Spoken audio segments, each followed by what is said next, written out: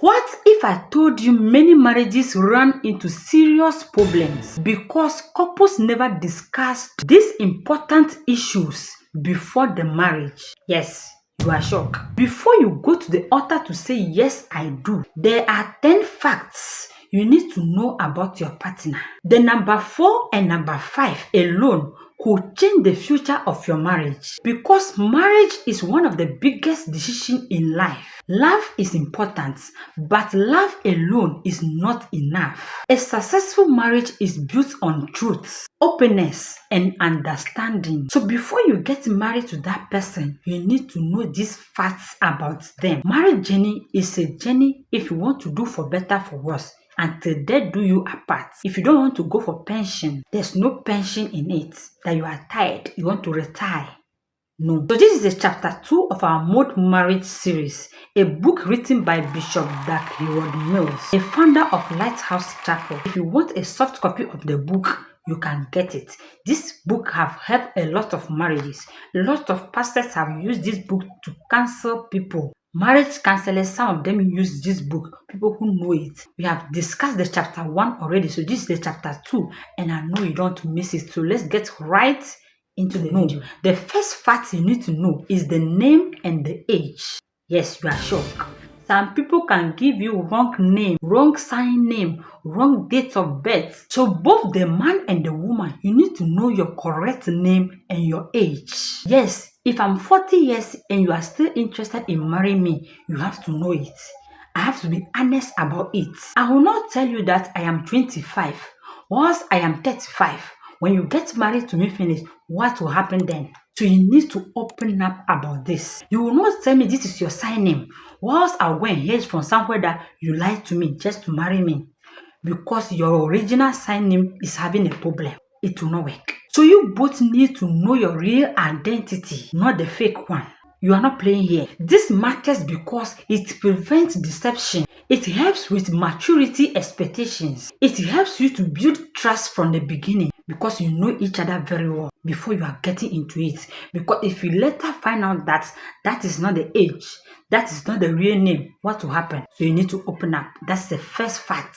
The next fact is the date the relationship began. Knowing when the relationship officially started creates clarity and commitment, because it avoids confusion. It also helps couples to track their growth together. When you are aware of the date this relationship has started, you have started dating this person since 1988, you are aware of it and all the things you have passed through, and you got to this place, it will help you a lot.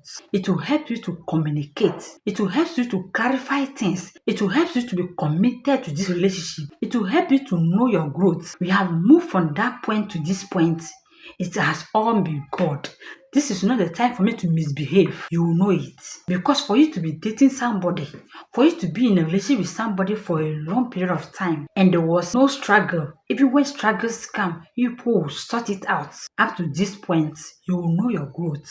You will know your weak points. You will know your strengths. So this will help you to know whether if I want to settle down with this person or not. If you calculate the year, the months, and you see your progress, is it worth it? You will know. If it is not worth it, you let it be. So it's better you know it. Another fact you need to know is how long have you known each other? Because time, they say, reveals character, reveals a person's true intention towards you. Yes, sometimes I know you may know the person for a long period of time, but the person may still misbehave.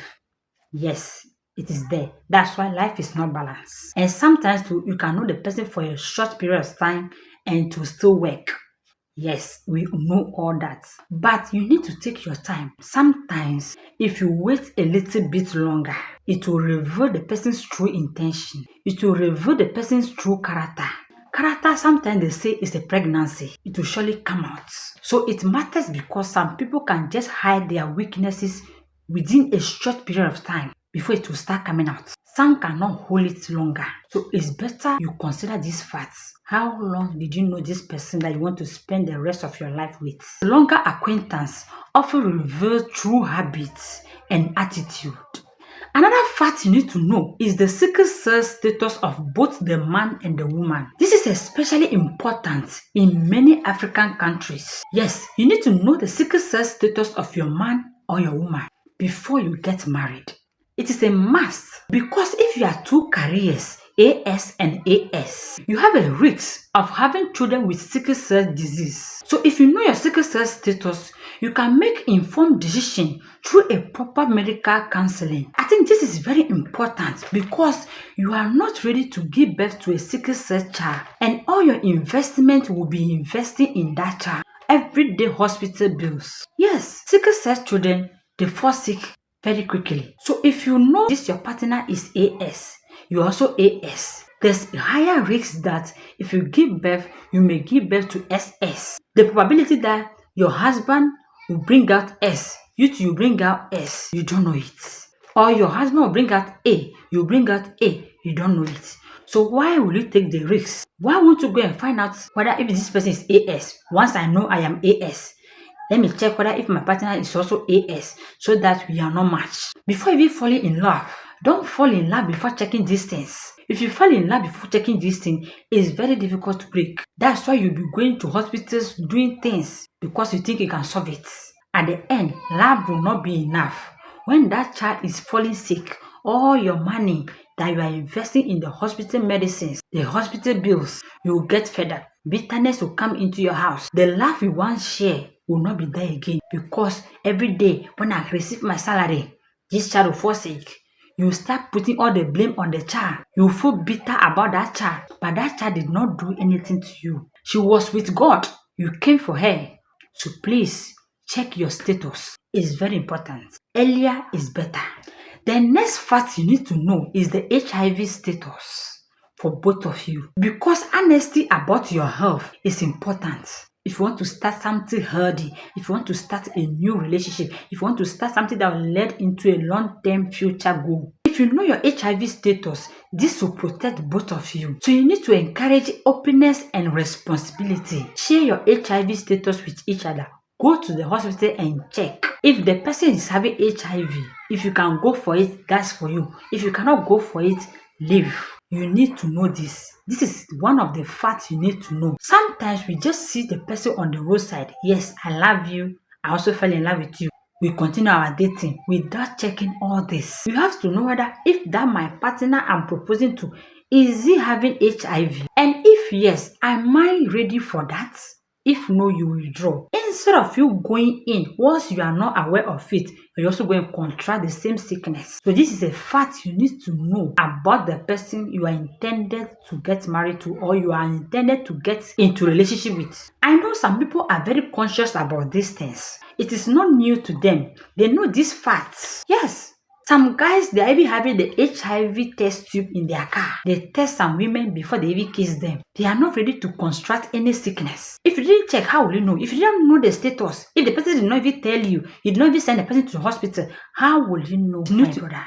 Another fact you need to know is other medical conditions. Conditions such as epilepsy, hypertension, diabetes, asthma, or other long-term illness should be discussed. You need to discuss these things with your partner. That is the necessary thing you have to do because marriage involves caring for one another. So hidden health conditions can damage trust. If the person discovers it later, how will the person trust you again? If you say you're having this sickness and the person is okay with it, the person is ready to care for you, the person can come for you. Instead of you hiding it, then after when you marry the person and the person find out, what do you think will happen? Or even if you are not aware, so you need to find out this thing. If the person tells you the person is not having it, you need to do your background check. You need to do your investigation. Don't just jump into it. Those times, our parents, they say when they are going to marry, they will send somebody to go and do background check in the other family. But this day, we already marry in social media before coming out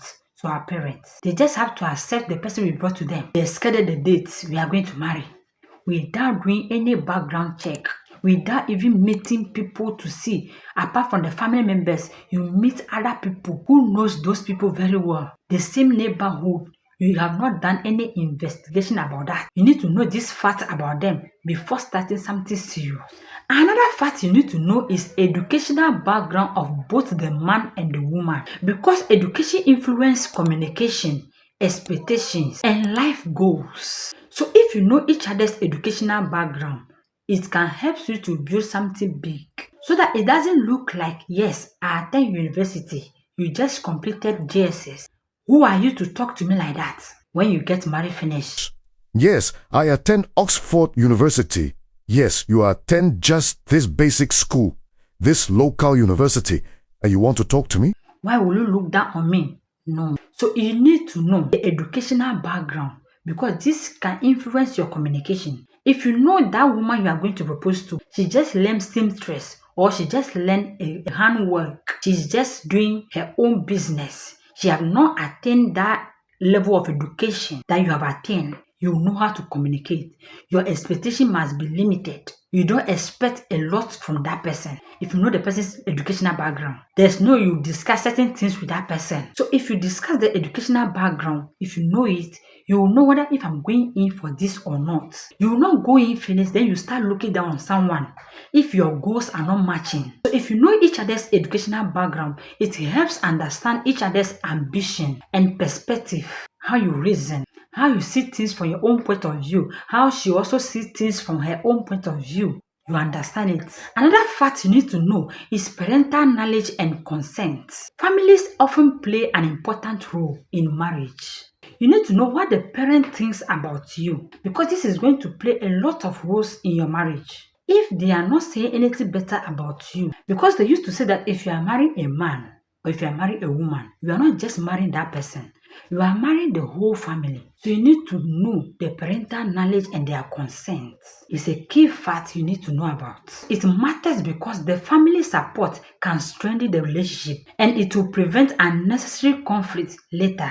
Because if you think you are getting into that family, if you are married that lady and the parents are not in support, they are not supporting you, that relationship is not going to grow. And if you eventually marry the person, you will see Pepe, because they need to support both of you. You need to know that fact, that this woman that I want to go for, how does the parents see me? What is their concern in this relationship? What are they saying? Are they going to support this our relationship, or the woman is just deceiving you, or the man is just deceiving you? You need to know it so that you can avoid every unnecessary drama later on when you are finally in it.